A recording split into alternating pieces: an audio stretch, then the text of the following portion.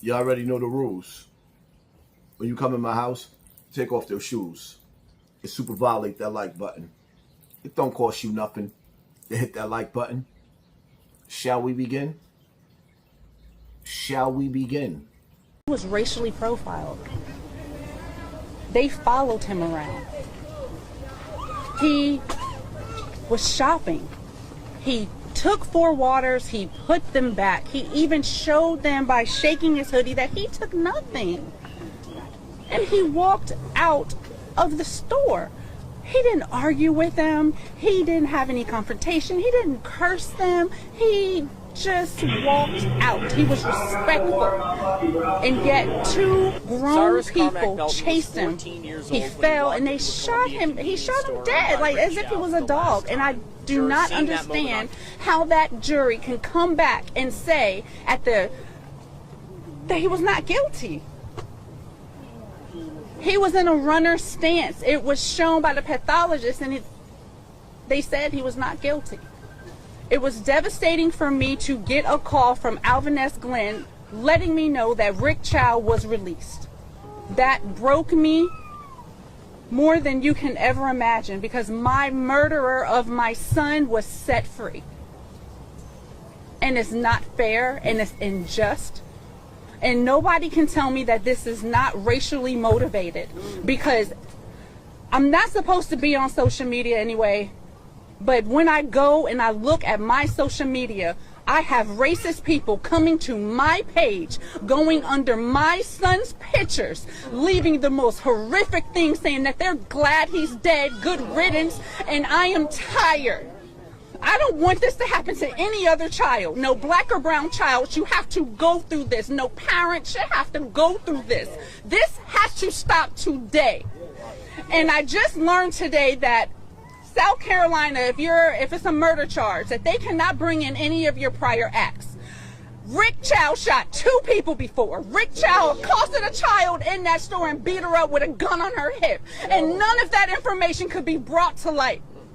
And I do not think that is fair, and if that is on the law books, that needs to be changed. Because if that was not there, then my son would have gotten justice.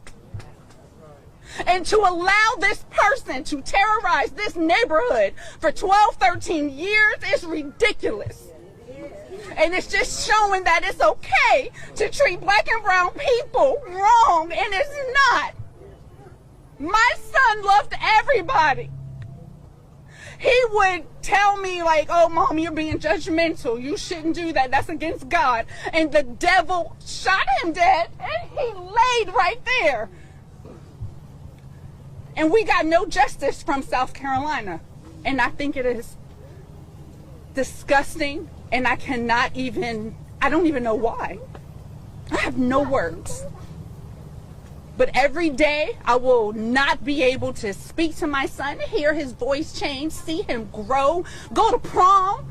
He will never get married. I would never hold my grandchildren, nothing.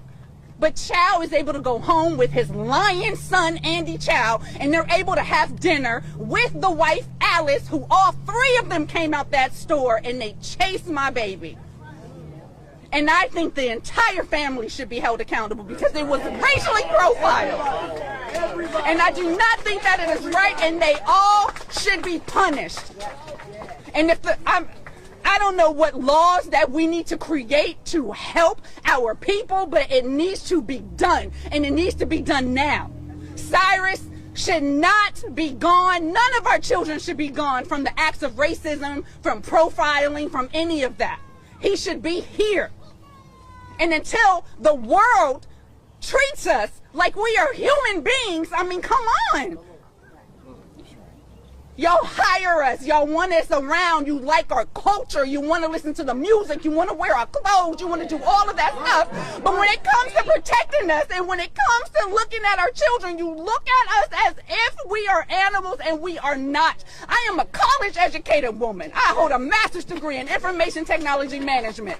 My son was not a thug. He was a 14-year-old boy who was trying to find his way. And for any person that acts like when they were 14, 15, 16, 17, that they did not do nothing wrong, that they did not smoke and drink and do and have sex and do whatever that they were not supposed to do by their parents, it is a lie. And it is judgmental, and I refuse to allow any of you to sit up there and make it seem like we were bad parents, because we were not. All of our children make mistakes, but I don't see anybody saying, oh, well, you know what? My kid did X, Y, and Z. My kid did X, Y, and Z. No, they're coming onto my page and try to demonize my child, and I will not have it. And it stops today. Keep your opinions to yourself. And until you are in my shoes and you have to bury a child, I don't want to hear nothing from you.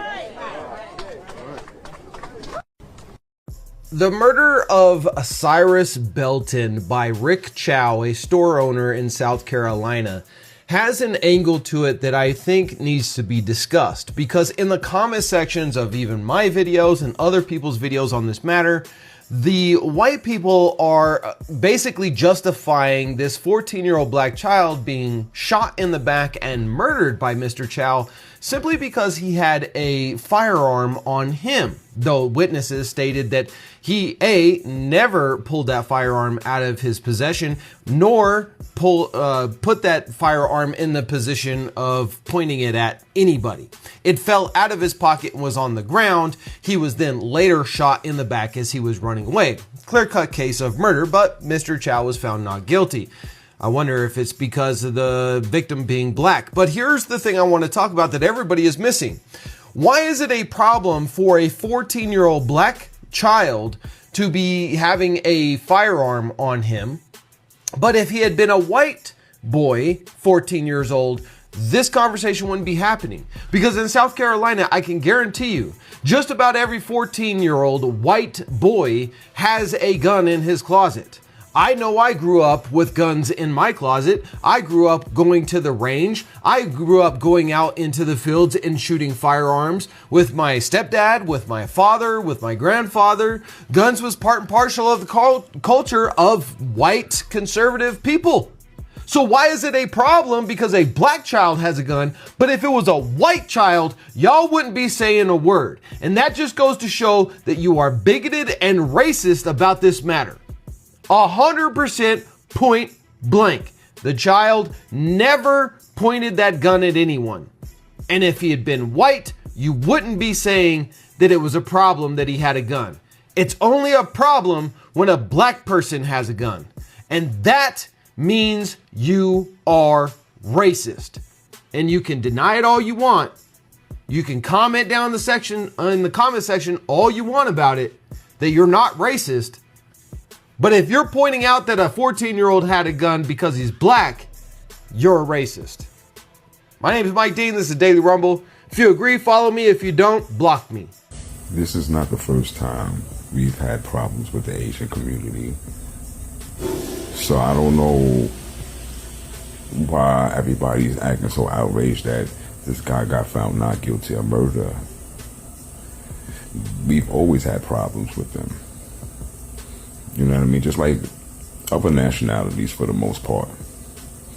And our solution is always, oh, we just gonna black them out. We gonna boycott them. We're not gonna deal with them no more.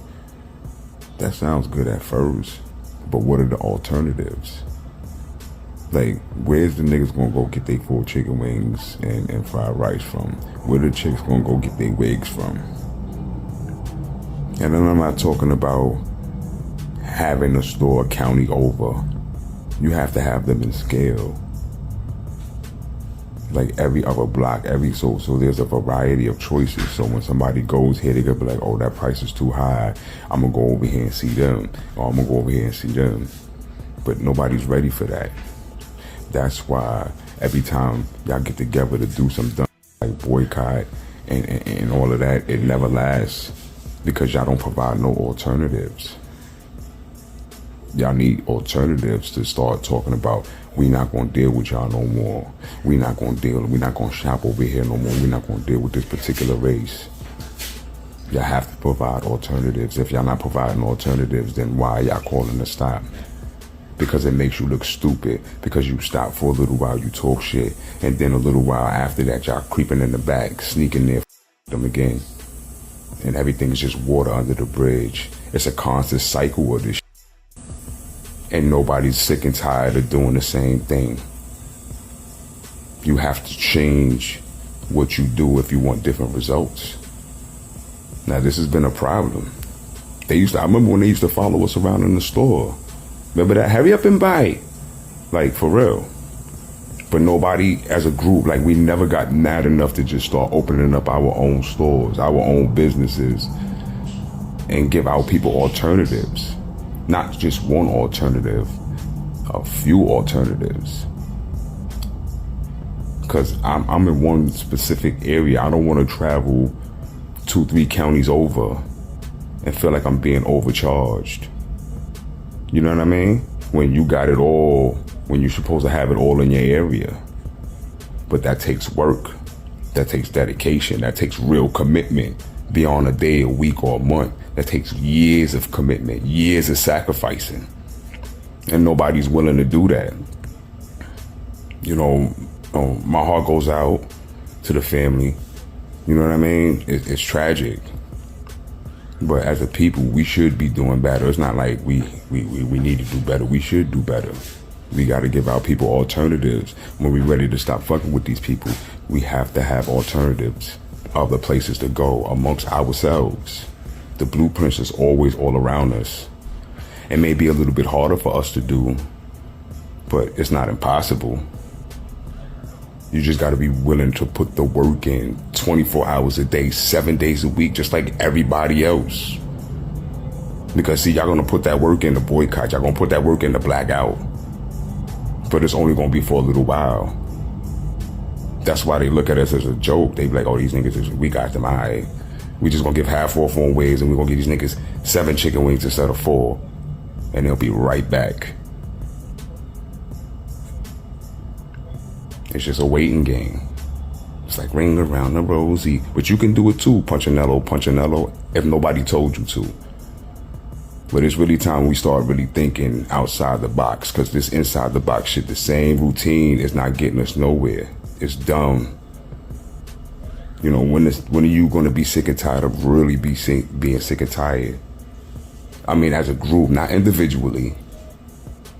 To be like, yo, we going to do something else. How you feel? We gonna make it happen, because we used to back in the days, because we didn't have any choice. A lot of Asian people are hurting. We watch elderly Asian people get attacked. We watch store owners get robbed. We watch kids get bullied. We watch innocent Asians get killed. And a lot of people feel like when Asians are the victims, nobody. So when they hear that Cyrus had a gun, they immediately say, oh, what if he was about to hurt somebody? What if the store owner saved somebody from getting robbed or killed?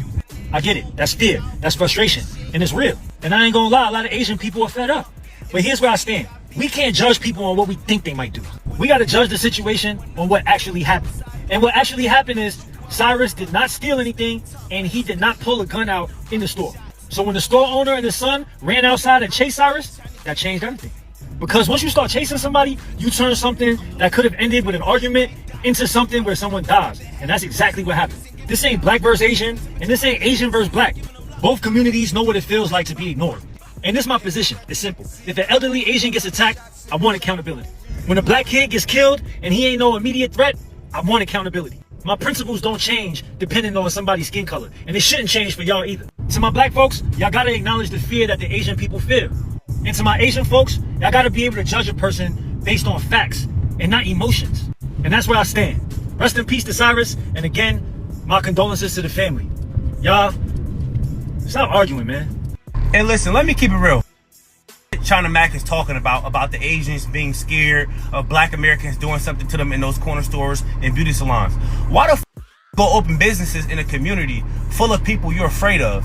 Why don't you go open those businesses in those white communities you feel safe in? Why don't you go open those businesses in the communities that you actually live in? Okay? All of this, well, you know, they're scared. You should see that they're scared. The Asians don't have to live or have businesses in black communities. They're choosing to because they're exploiting the black Americans in those communities. So stop all of this. Oh yeah, well they're scared. They're not scared to take the. Are they scared to take the money? They're not scared to run all of these businesses that are not even on. They're not afraid to run all these cash-based businesses and do all of this fraud. Are they? They're not afraid to sit around and sell drugs with us. No, they're not scared of all of that. You see? So this he's saying, well, you got to respect that they're scared. And listen, if they're scared, stop opening businesses in a community full of people that you're scared of. Okay? And this will end it all. That will end it all. All of this, well, it's free enterprise. No, you're okay. One of the first things that we learn in the Bible is an eye for an eye and a tooth for a tooth. What, I got to put that in subtitles or something? One of the first things that we learn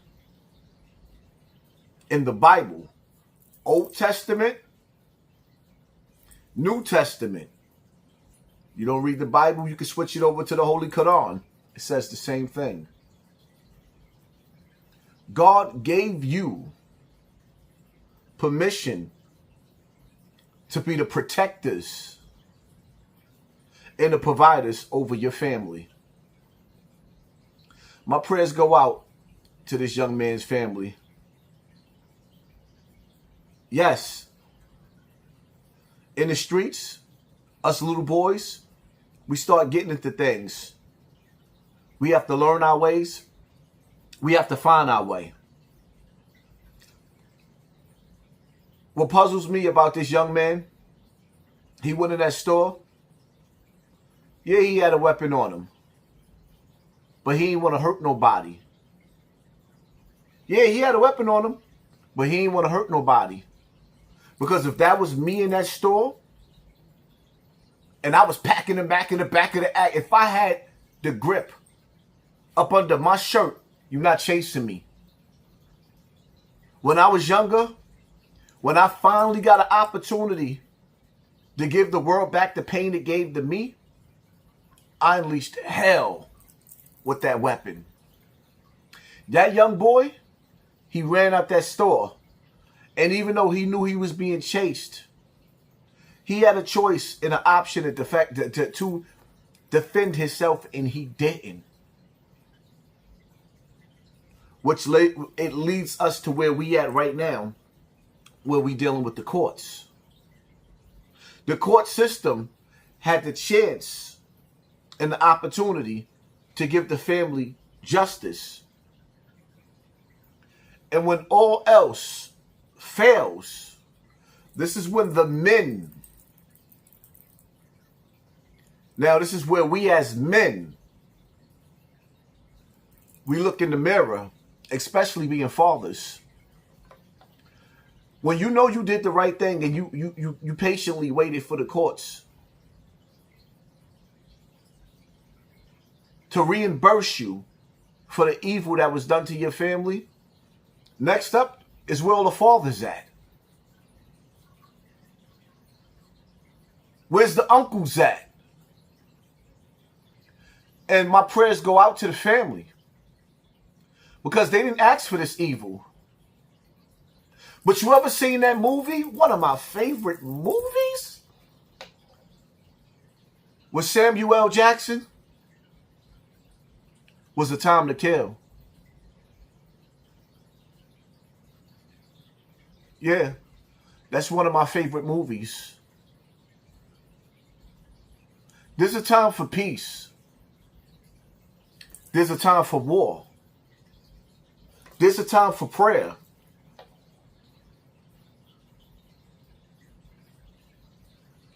When someone can actually hunt your child down like a dog in the street and turn his TV off,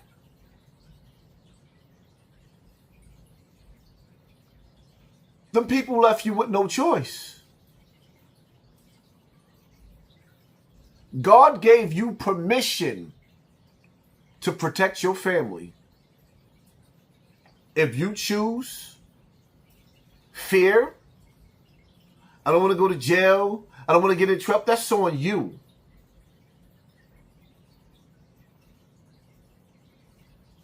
It's on you. All that, oh, we're going to boycott this, we're going to boycott that.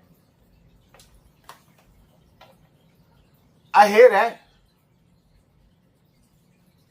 But the reality of it is, we know that the boycotts is not going to last long. You know why? Because we don't control no produce. We don't have enough businesses to stand on, oh, we're going to just we don't have enough businesses. I remember once upon a time where brothers and sisters was boycotting football and sports. Colin Kaepernick was taking a knee. And then, now y'all complaining about who's performing at the Super Bowl. It is what it is. We don't have each other's back.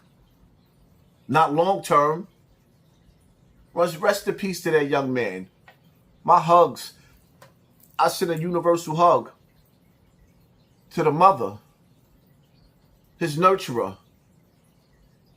his father, his uncles, his cousins. Chin up, chest out.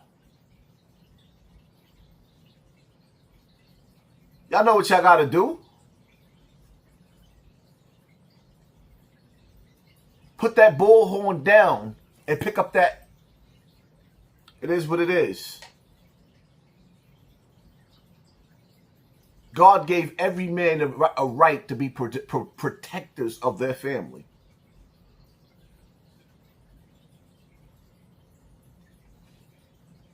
Ain't nothing else for me to say. Y'all hit that like button, hit that share button, hit that subscribe button, and pay attention to your circle before they hurt you. Live life as if you're on a run. Shorty was on a run, being chased down, but he ain't stay dangerous. I'm out.